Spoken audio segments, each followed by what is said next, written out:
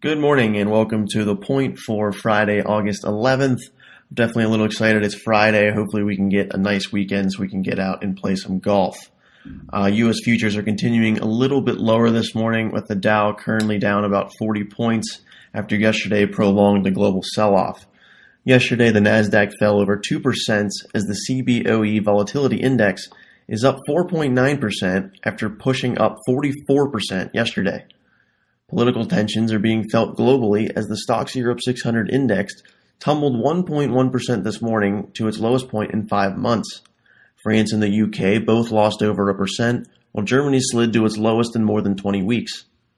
Asian markets also took a blow, with the MSCI Asia Pacific Index dropping 0.8%, led by Hong Kong falling over 2%.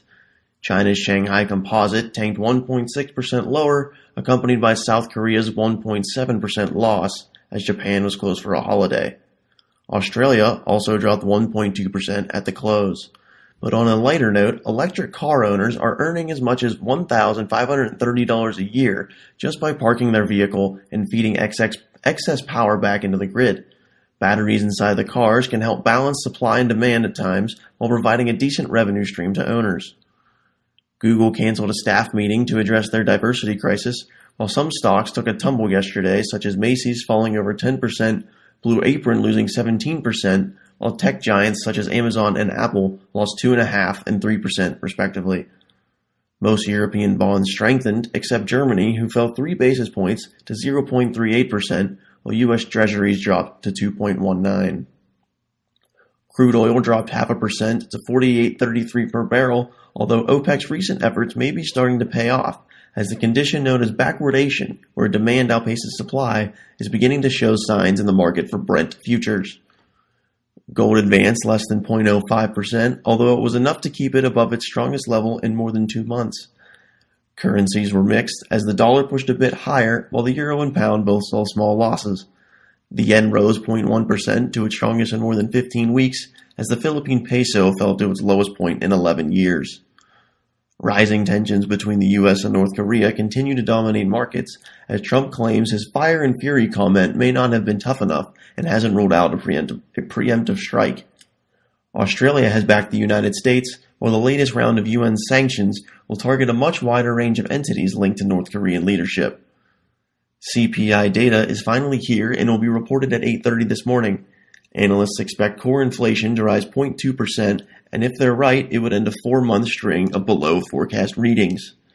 William Dudley yesterday cautioned that it's going to take some time, referring to headline inflation returning to the central bank's 2% target, as the lag in inflation despite low unemployment remains a mystery.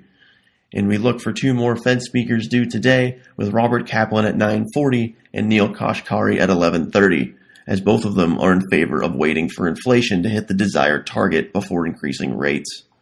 In the sports world, we saw the Pirates finish off a 4-game series against the Tigers yesterday with a 7-5 victory to move within 3 games of first place. The division is packed very tightly as they head to Toronto to take them on tonight. Thorbjorn Olsen and Kevin Kisner lead the PGA Championship at 4 under after 1 round, as the course is playing pretty tough. U.S. Open champ Brooks Koepka is just 1 shot back, while Ricky fired a 2 under 69. Other favorites, including Matsuyama, DJ, and Jason Day, are all 1 under par, while Jordan Spieth and Rory McIlroy sit at 1 over.